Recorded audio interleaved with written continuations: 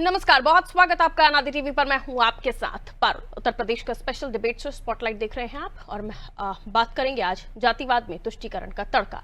उत्तर प्रदेश में जातिवाद पीडीए से होता हुआ सेना के अफसर की जाति बताने तक पहुंच चुका है, और तुष्टीकरण औरंगजेब से शुरू होकर महाराणा प्रताप को गद्दार बताने से लेकर अब मुसलमानों को विक्टिम बताने तक पहुंच चुका है। बयानवीरों के बयानबाजी चरम पर है। अबू आजमी से लेकर लालजी राम सुमन, राम गोपाल यादव से लेकर स्वामी प्रसाद मौर्य तक पीडीए के नाम पर समाजवादी पार्टी के नेता जातिवाद को हवा दे रहे हैं। और अब मुस्लिम तुष्टीकरण के लिए अबू आजमी ने कहा है, रोजाना धर्म पूछकर मुसलमान को टारगेट किया जा रहा है। अबू आजमी ने दावा किया है कि मुस्लिम प्रताड़ना के 200 केस हो चुके हैं। ऑपरेशन सिंदूर को मुसलमान ने भरपूर समर्थन दिया, लेकिन उसके बाद भी कुछ लोग लगातार मुसलमानों को निशाना बना रहे हैं।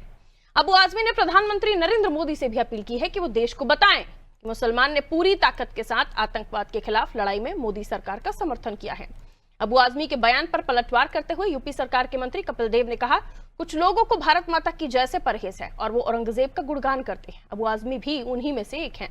कपिल देव ने इस बात को खारिज किया कि भारत का मुसलमान डरा हुआ है। तो क्या अब मुसलमान के बीच नकली डर फैलाकर वोटों की फसल काटने की तैयारी हो रही है? और जिस तरह ऑपरेशन सिंदूर को मुसलमानों ने एकजुट होकर समर्थन किया, उससे आने वाले समय में मुस्लिम वोट बैंक की राजनीति करने वालों को क्या नुकसान हो सकता है? आज की चर्चा इसी मुद्दे पर। पहले कुछ प्रतिक्रियाएं सुनवा देती हूँ। नहीं पूछना चाहिए। मैं कहता हूँ देश के 140 करोड़ लोग जो है ना, सब के सब आतंकवाद के खिलाफ है। सबने भारतवर्ष की फौज की सराहना किया है। परंतु मैं कहना चाहता हूँ, जो इंटरनल है ना, इस पर थोड़ा ध्यान देना चाहिए। रोजाना धर्म पूछ करके भारतवर्ष में मुसलमानों को जो परेशान किया जा रहा है, जो इस तरह से सोफिया कुरैशी के बारे में कह दिया गया, इस तरह से आम मुसलमान को उसके बाद कम से कम 200 केसेस ऐसे हो चुके हैं कि आम मुसलमानों को निशाना बनाया जा रहा है। जबकि कश्मीर के मुसलमानों ने दिल खोल करके साथ दिया।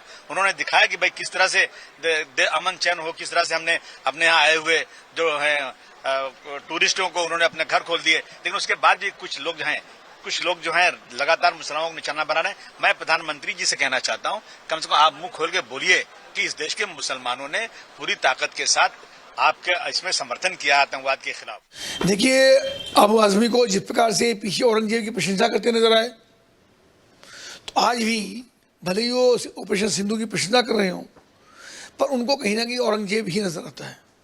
और जो औरंगजेब पोषित कुछ लोग होंगे, कुछ लोग थोड़े से, उनको लगता है सुरक्षा का वातावरण होगा बड़ा पूरा प्रदेश के अंदर, पूरे हिंदुस्तान के अंदर मुसलमान सुरक्षित है, कहीं कोई आवाज़ नहीं आई है। अबू आजमी ने कोई जवाब दिया है तो बहुत ही गैर जिम्मेदाराना है। मुस्लिम पूरा इसमें तिरंगे के नीचे है, भारत माता की जय बोल रहा है, ऑपरेशन सिंदूर का भरपूर सम्मान कर रहा है, देश की सेनाओं की जय जयकार बोल रहा है, और पूरा मुसलमान एक साथ तिरंगे के साथ खड़ा है, भारत के साथ खड़ा है। अबू आजमी जैसे लोगों को कुछ उठता नहीं। तो अबू आजमी कह रहे हैं कि देश के मुसलमानों ने ऑपरेशन सिंदूर को दिल खोलकर समर्थन दिया है, और उसके अलावा वो ये भी कह रहे हैं कि मुसलमानों को धर्म पूछकर उनको प्रताड़ित किया जा रहा है। 200 घटनाएं हो चुकी हैं। देखिए, जब ऑपरेशन सिंदूर हुआ तो वाकई देश का हर नागरिक, किसी भी जाति से ताल्लुक रखता हो, किसी भी जाति का हो, वो देश की सेना के साथ खड़ा हुआ पाया गया। बगैर किसी धर्म के, बगैर किसी जाति के उसने देश की सेना का समर्थन किया। लेकिन कुछ बयानबाजियां भी इस बीच अलग अलग खेमों से हुई, जिन्होंने जाति भी ढूंढी सेना के इस मिशन में। अब सवाल ये उठता है कि क्या मुस्लिमों को ये ऑपरेशन सिंदूर का समर्थन देने के लिए जो बातें कही जा रही हैं, उन पर भरोसा रखें? क्योंकि ऑपरेशन सिंदूर तो बीजेपी शासनकाल में हुआ। तो क्या मुसलमानों का एक झुकाव देखते हुए इस तरह की बयानबाजियां की जा रही कि मुसलमान डरा हुआ है? आइए इसे समझने की हम कोशिश करते हैं, क्योंकि ऐसे समय पर जब देश की सेना और देश हित, राष्ट्र हित की बात हो रही हो, तो जाति धर्म से ऊपर उठकर बयानबाजी होनी चाहिए। मेहमान जुड़ गए हैं, परिचय आपका करा देती हूँ। हरिंद्र विक्रम सिंह जी भारतीय जनता पार्टी से जुड़े हुए, बहुत स्वागत करती हूँ। डीपी यादव जी सपा से हमारे साथ जुड़े हुए, बहुत स्वागत सर।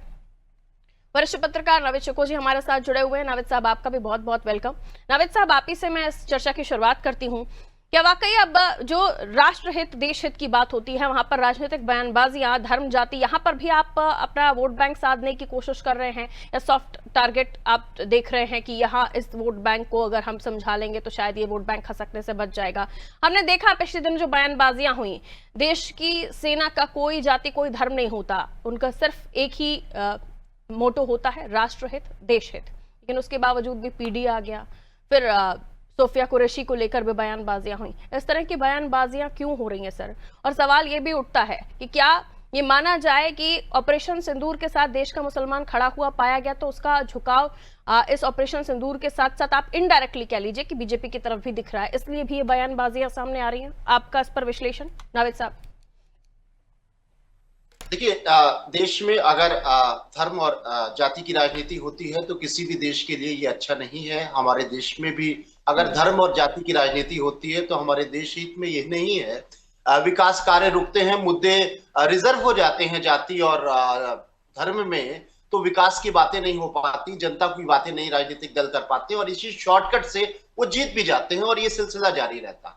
कोई भी सभ्य इंसान, कोई भी सभ्य नागरिक इस बात को नहीं पसंद करेगा कि कोई भी राजनीतिक दल धर्म के नाम पर या जाति के नाम पर राजनीति करे। खैर, फिर भी होती है। भारतीय जनता पार्टी के बारे में कहा जाता है कि उसने हमेशा धर्म की राजनीति की, उसने कहीं ना कहीं ध्रुवीकरण करने की कोशिश की। समाजवादी पार्टी जैसे तमाम जो क्षेत्रीय दल है, कांग्रेस के बारे में भी ये कहा जाता है कि उन्होंने कहीं ना कहीं जाति की राजनीति समाजवादी पार्टी ने की, तुष्टीकरण हुआ कांग्रेस में। इस तरह के आरोप लगते रहे हैं और यह सिलसिला जारी है। लेकिन जो बात आपने कही, ये समय थोड़ा सा कठिन गुजरा है हम लोग के साथ में।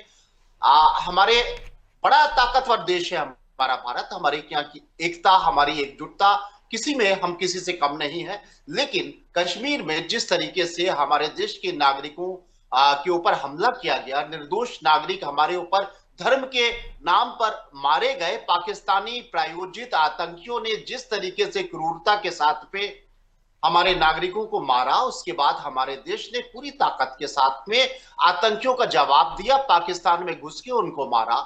ये समय थोड़ा सा सेंसिटिव चल रहा है, एकजुटता का चल रहा है। हमें अपनी ताकत को प्रदर्शित करने, और हमने ताकत प्रदर्शित भी की दुनिया के सामने। हमारी सैन्य शक्ति, हमारी शौर्यता, हमारे देश की एकजुटता, हमारे देश में सत्ता और विपक्ष का एक साथ आना, ये सब चीजें बहुत जरूरी थी। लेकिन इस माहौल में अगर जाति और धर्म की बात होती है, खासकर सेना को किसी धर्म से जोड़ा जाता है, भारतीय जनता पार्टी के मंत्री एक सेना की इतनी बड़ी अधिकारी जिसको सैल्यूट पूरी दुनिया और देश कर रहा है, जिसने अपने देश की रक्षा के लिए अपनी जान को बाजी लगा दी, उसे धर्म से जोड़ रही है। समाजवादी पार्टी के एक नेता जो है वो जाति से एक अफसर को जोड़ रहे हैं। तो ये बातें इस वक्त अच्छी नहीं लगती है और कोई भी समझदार नेता या कोई भी दल आज इस समय में कम से कम जाति की बात और हिंदू और मुसलमानों की बात, या मुसलमानों के साथ जाति हो रही है या फला जाति के साथ जाति हो रही है, या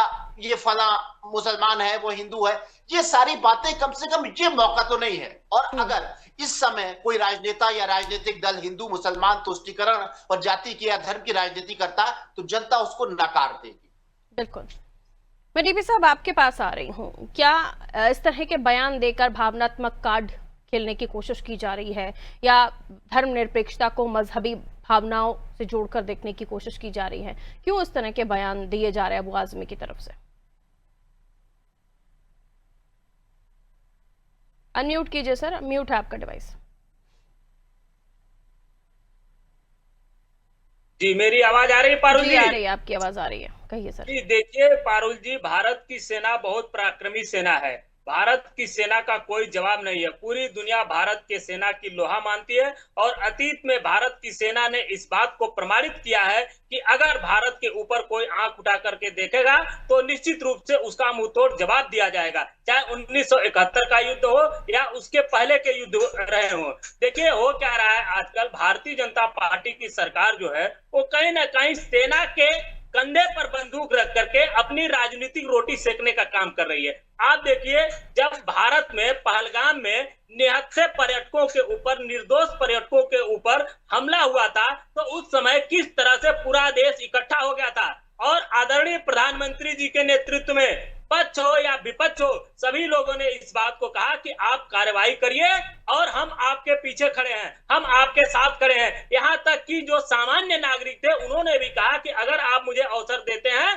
तो बॉर्डर पर जाकर के हम दुश्मन को सबक सिखाने का काम करेंगे। लेकिन मध्य प्रदेश के मंत्री क्या कहते हैं कि भारतीय जनता पार्टी जो कहीं ना कहीं हमेशा राजनीति की धर्म की राजनीति करती है उसमें भी वो बाज नहीं आए। और कर्नल सोफिया कुरैशी को क्या तक कह दिया उन्होंने? उनके ऊपर भारतीय जनता पार्टी ने कार्रवाई किया, उनको अपने दल से निकाला, हाई कोर्ट में मामला गया, सुप्रीम कोर्ट में मामला गया, तो भी भारतीय जनता पार्टी के ऊपर जू नहीं रंगी। और उसके बाद एक मंत्री और क्या कहते हैं कि भारत की सेना तो प्रधानमंत्री मोदी के चरणों में नतमस्तक है। इतना अपमान भारत की सेना का ये देश देख रहा है।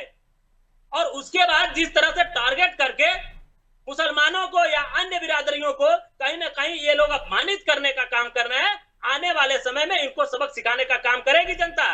पारुल जी, हमारी बात से आप भी इत्तेफाक रख रही होंगी कि सेना की कोई जाति नहीं होती है, सेना का कोई धर्म नहीं होता है, सेना सेना होती है। और ये सेना विशेष करके गरीब गुरबों के बच्चे जाते हैं बॉर्डर पर लड़ने के लिए, उनकी जो सहूलियतें थी, उनको जो सुविधाएं थी, अग्निवीर के नाम पर छीन लिया। अब क्या दे दिया? 4 साल की ठेके की नौकरी दे दिया। अब बताइए कैसे उनका मनोबल रहेगा? ये तो गांव देहात में चर्चा का विषय बना हुआ है। 2 तो बयान गिनाए आपने, तीसरा भी गिना देते। जी, जगदीश देवड़ा का गिना दिया, विजय शाह का गिना दिया, रामगोपाल यादव जी का भी गिना देते, पूरा पीडीए सध जाता।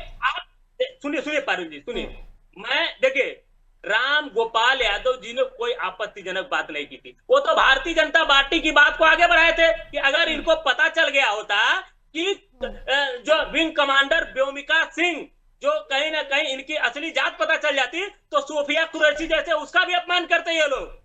उनकी बात का लब्बल हुआ भी था, उन्होंने कोई जाति सूचक शब्द कह के उनको गाली नहीं दिया था विंग कमांडर को।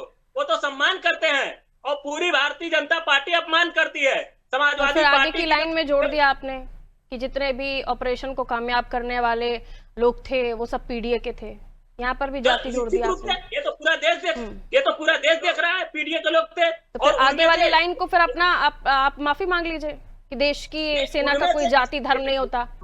फिर उनकी जाति धर्म को आप अपने एजेंडे के लिए क्यों सेट कर रहे हैं? देखिए पारुल जी, जब ये जाति धर्म आपने कहा मैंने मान लिया कि सेना का जाति नहीं होता, धर्म नहीं होता, एक ही धर्म होता है, राष्ट्र धर्म। तो फिर अपने मंच से पीडीए कह रहे हैं, आप सेना के एक अधिकारी के की जाति बताने के लिए, ताकि आप मंच से ये बता सकें कि आपका पीडीए जो आपने स्पेशल डिजाइन किया है उसके लोग क्या काम कर रहे हैं। तो वहां आप कहते हैं कि इन लोगों को ये नहीं पता था कि ये कौन है, ये जाटा है। ये बात आपने सही कही पारुल जी।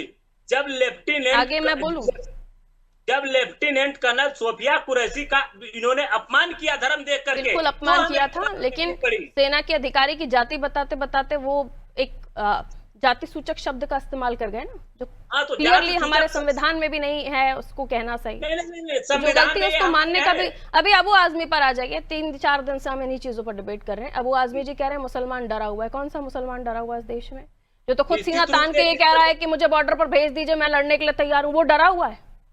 नहीं, जिस प्रकार से भारतीय जनता पार्टी के लोग जब लेफ्टिनेंट कर्नल सोफिया कुरैशी को नहीं छोड़ रहे हैं, उनके बारे में अनाप शनाप बोल रहे हैं, तो सामान्य मुसलमान तो डरा ही हुआ है। रामगोपाल यादव जी ने तो माफी तक नहीं मांगी, यहाँ से तो माफियों की बौछार लग गई। रामगोपाल यादव जी ने कुछ गलत नहीं कहा था, उनकी बात को कहीं ना कहीं आप ले लीजिए वो नाम, वो जाति सूचक शब्द का इस्तेमाल आप कर लीजिए, मैं मान जाऊंगी कि वो गलत नहीं कह रहे थे। जो जाति सूचक शब्द का इस्तेमाल उन्होंने मंच से किया, अनादि टीवी के प्लेटफॉर्म से कह दीजिए, अगर आपको लगता है वो गलत नहीं है।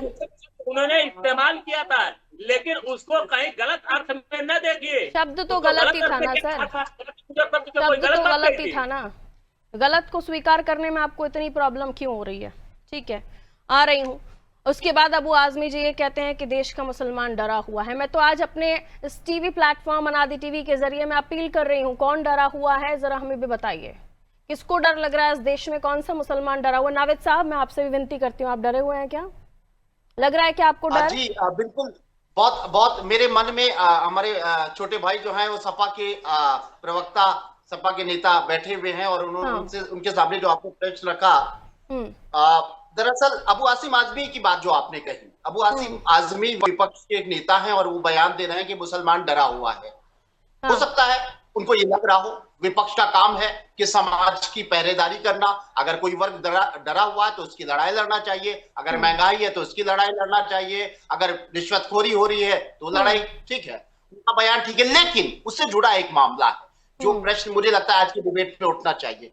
एक कोई अली साहब है, प्रोफेसर अली, उनको गिरफ्तार किया गया है और उन्होंने जो फेसबुक पोस्ट की थी उसके ऊपर तमाम चर्चाएं हो रही हैं। जो लोग एफआईआर जिन्होंने लिखवाई थी जिन्होंने लिखवाई थी उनसे प्रश्न किया जा रहा है कि इसमें ऑब्जेक्शनेबल क्या आपको लगा, कौन सा देशद्रोह था, कौन सी ऐसा द्वेषपूर्ण चीज थी जिससे आपने एफआईआर लिखवाई भी, लिख भी ली गई और वो आदमी जेल भी चला गया। अब ये क्योंकि न्यायालय में मामला चला गया, हम आप इस पर टिप्पणी नहीं करेंगे, लेकिन अगर अबू आसिम आजमी समाजवादी पार्टी के नेता को ये लग रहा है कि मुसलमानों के साथ ज्यादती हो रही है, वो डरे हुए हैं, अगर उनको लग रहा है, मैं वो उनकी भी बात को न्यायालय दोहरा का रहा हूं। सहारा ले लें।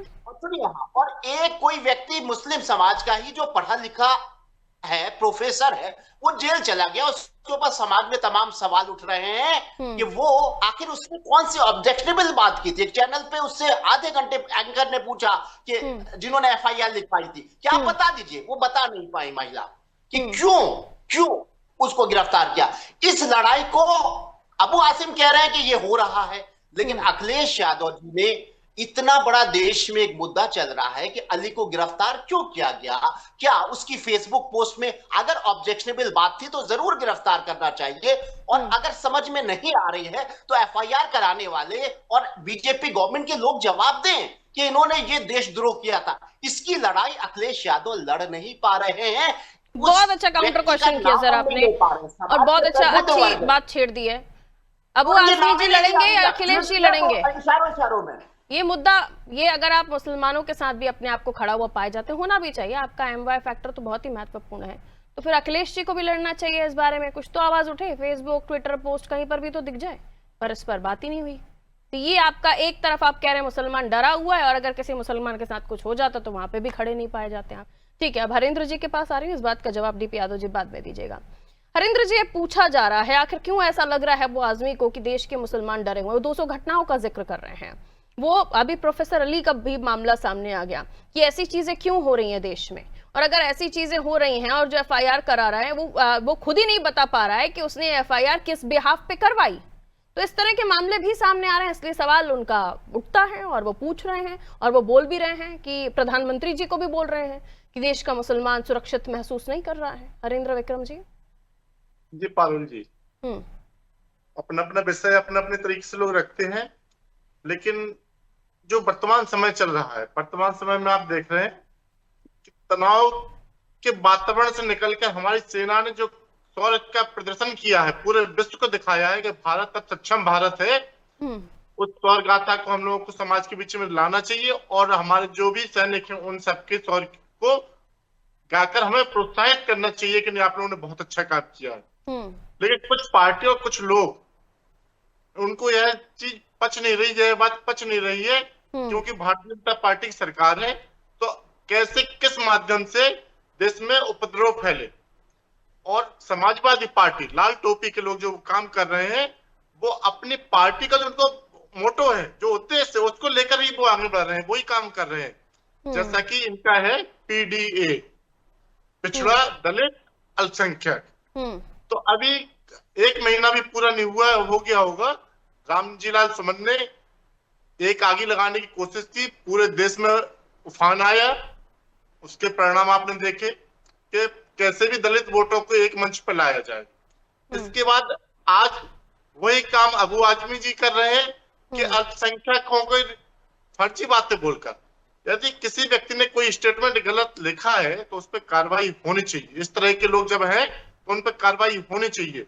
लेकिन यहाँ 2 बातें आती हैं, एक तो यह बात आ गई, दूसरी बात क्या आ गई है, जब से देश के अंदर भारतीय जनता पार्टी की केंद्र में सरकार है 2014 से, तब से एक मिथक टूटा है, बहुत बड़ा मिथक था, आजादी से लेकर, यानी पाकिस्तान के बंटवारे की बात से ही वो मिथक शुरू हो गया था और अभी तक चल रहा था, और आप लोगों ने भी देखा हुआ।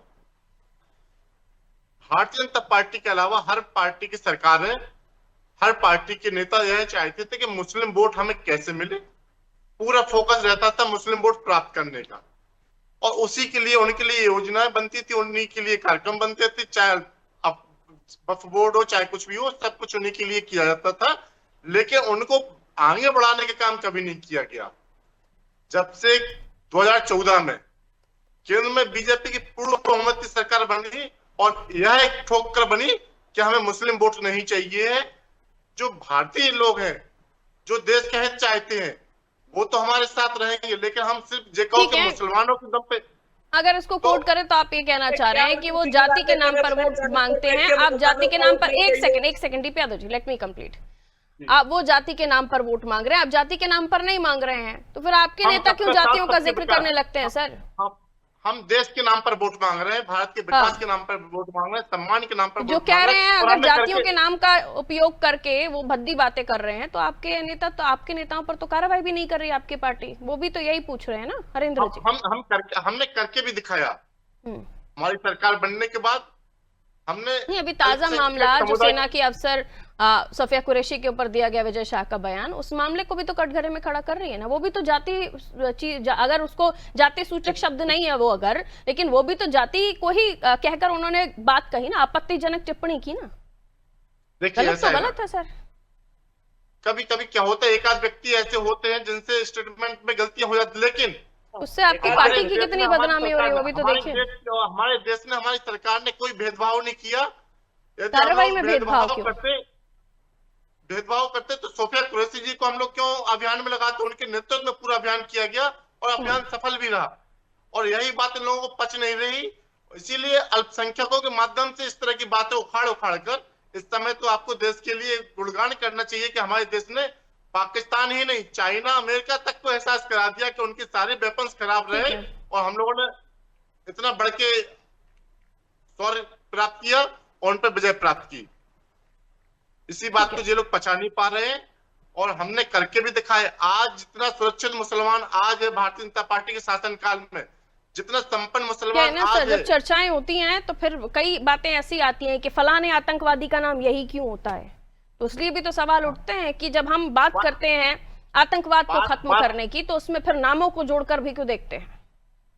वही होता रहा ना अभी तक। 2014 के पहले वही होता रहा। आप भी वही ट्रैक पकड़ रहे हैं अब, कहते कहते आप भी वही ट्रैक पकड़ रहे हैं अब। ठीक है, 2014 के पहले तक वही होता रहा ना। लेकिन आज मुसलमान फिर इसीलिए तो हर सलमान अली इस तरह के नामों वाले लोग फिर डर रहे हैं ना। फिर अबू आजमी कहाँ गलत कह रहे हैं? नहीं, कहाँ लोग डर रहे हैं? वो तो यही तो कह रहे हैं। रोटी फेंकने के लिए अबू आजमी जी ने कि मुसलमान आज ट्रैक पर आ रहा है, मुसलमान आज संपन्न हो रहा है, रोजगार से जुड़ रहा है। आज जितनी भी योजना सरकार ने चलाई है कोई भेदभाव है?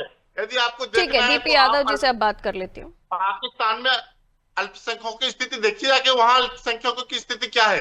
यहाँ पर समानता का अधिकार ही नहीं, सबसे ज्यादा योजनाओं का लाभ भी सिर्फ अल्पसंख्यक समाज को ही मिल रहा है। हरेंद्र जी लौट रहे। डीपी यादव जी, कैमरे देखते सही मुसलमानों के लिए लड़ाई आप लोगों को याद आने लगती है, जमीन पर जब लड़ाई लड़ने की बात आती है तब आप लोगों को नहीं याद आता है, ऐसा भी पूछा जा रहा है। और हर तरह से जातिवाद या आपके पीडीए को साधने का हर कोई तरीका हो सकता है, लेकिन सेना का हौसला, सेना की हिम्मत या उनके किए गए ऑपरेशन सिंदूर को लेकर जो वाहवाही उन्हें मिल रही है उस पर आपका पीडीए नहीं सेट हो पा रहा है। देखिए, अभी भारतीय जनता पार्टी के साथी ने बहुत ही आपत्तिजनक बात कही कि केंद्र में इनकी सरकार जो है ये कह करके बनी कि हमें मुसलमानों का वोट नहीं चाहिए। तो इस तरह की बात तो कैमरे पर मत कहिए भाई, जो है देश को बांटने के साजिश मत रचिए। और नावेद सिको साहब बहुत वरिष्ठ पत्रकार हैं और इन्होंने बहुत अच्छा जो है आज एग्जाम्पल दिया प्रोफेसर अली का। तो जब प्रोफेसर अली को जिस प्रकार से गिरफ्तार किया गया और उसको जस्टिफाई नहीं कर पा रहे, अखिलेश जी को पता है इस बारे में? नहीं पता। अखिलेश जी को पता है इस बारे में? नहीं पता।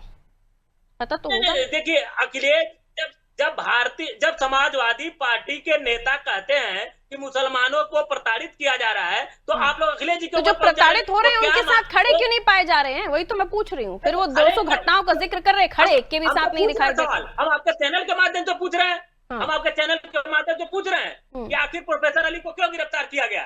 मैं तो चैनल के माध्यम से ही पूछ रही हूँ कि अखिलेश जी का ट्वीट इस पर क्यों नहीं आया? अखिलेश जी ने क्यों नहीं इस पर आवाज उठाई? नहीं, आप देखिए, अखिलेश जी का ट्वीट क्या डीपी यादव की बात नहीं आप मानती? क्यों बैठा है चैनल पर अपने आप? मैं कह रहा हूँ ये आपत्तिजनक है। क्यों आपके ट्वीट को अखिलेश जी का ट्वीट मान लूं?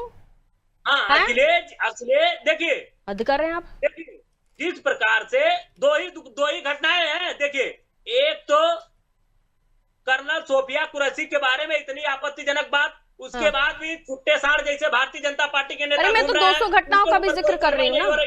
और प्रोफेसर अली ने कोई आपत्तिजनक बात नहीं कही। उसको जस्टिफाई यादव जी, आपके कहने से अखिलेश जी की पदवी नहीं आप ले लेंगे ना? ठीक है, नावेद साहब छोटा सा कमेंट सर, कंक्लूजन बहुत छोटा सा, बहुत छोटा सा। खड़े भी होइए ना कैमरे के सामने, अगर मीडिया के कैमरों के सामने बड़ी बड़ी बातें करते हैं तो उन प्रताड़ित लोगों के साथ खड़े हुए पाए जाइए आप लोग। ठीक है नावेद साहब, बहुत बहुत स्मॉल। और केवल मुसलमानों की लड़ाई नहीं, हम सभी वर्गों की लड़ाई लड़ रहे हैं, विशेष करके पीडीए की लड़ाई। तो फिर एक ट्वीट दिखा दीजिए, अभी बैठे हुए हैं आप। मैं नावेद साहब से कमेंट लूं, उसके बाद क्लोज करना है। आपके पास ट्वीट हो तो आप दिखा के जाइएगा। ठीक है नावेद साहब 30 second sir please. Akhilesh ji जानते हैं और समाजवादी पार्टी को 90% मुस्लिम समुदाय की तरफ से वोट मिलता है, इस बात के लिए वो बहुत कॉन्फिडेंट हैं। और एक बात मैं याद दिला दूं, अखिलेश जी ने अली का नाम तक नहीं लिया। आज इस देश का सभ्य समाज नावेद साहब ये कह रहा, की पोल ही खोले जा रहे हैं। प्रोफेसर अली अगर सचमुच ऑब्जेक्शनेबल उसने कोई रिपोर्ट लिखी तो उसको जेल जाना चाहिए, उसके लिए सब सहमत है। लेकिन देश का भारतीय जनता पार्टी को भी मुझे लगता है देखना चाहिए कि किसी के साथ अन्याय ना हो। हरेंद्र जी, किसी के साथ भी गलत अगर उसने किया है तो कार्रवाई हो, लेकिन निर्दोष के ऊपर कार्रवाई ना हो। बहुत बहुत शुक्रिया आप सभी का हमारे साथ चर्चा में जुड़ने के लिए। उत्तर प्रदेश की हम बात कर रहे थे, बयानबाजियों का दौर है। ऑपरेशन सिंदूर को लेकर देश की हर एक नागरिक का समर्थन है, उसमें शामिल मुस्लिम भी। कि ऑपरेशन सिंदूर की सफलता से मुस्लिम भी खुश थे, उन्होंने भी समर्थन दिया और कहीं ना कहीं उनका झुकाव अब ऐसा लग रहा है भारतीय जनता पार्टी की तरफ जाता हुआ दिख रहा है, और इससे शायद सपा को भी डर लग रहा है। अबू आजमी का बयान तो कुछ इसी तरह दर्शा रहा है। कौन डरा हुआ है? देश का कौन सा मुस्लिम है जो डर और खौफ के साए में इस सरकार या इस देश के अंदर रह रहा है? सवाल पूछा जाएगा और पूछा यह भी जाएगा कि सिर्फ मीडिया के कैमरों के सामने या सोशल मीडिया पर ही आप लोगों को मुसलमानों की चिंता सताती है, वाकई में उनकी समस्याओं के साथ आप जमीन पर भी खड़े पाए जाते हैं? प्रोफेसर अली का हाल ही का अगर वाकया आप देखें तो उसमें किसी तरह से अखिलेश यादव जी का कोई कमेंट नहीं आया है। तो क्या हकीकत कुछ और है और फसाना कुछ और? दीजिए इजाजत, नमस्ते।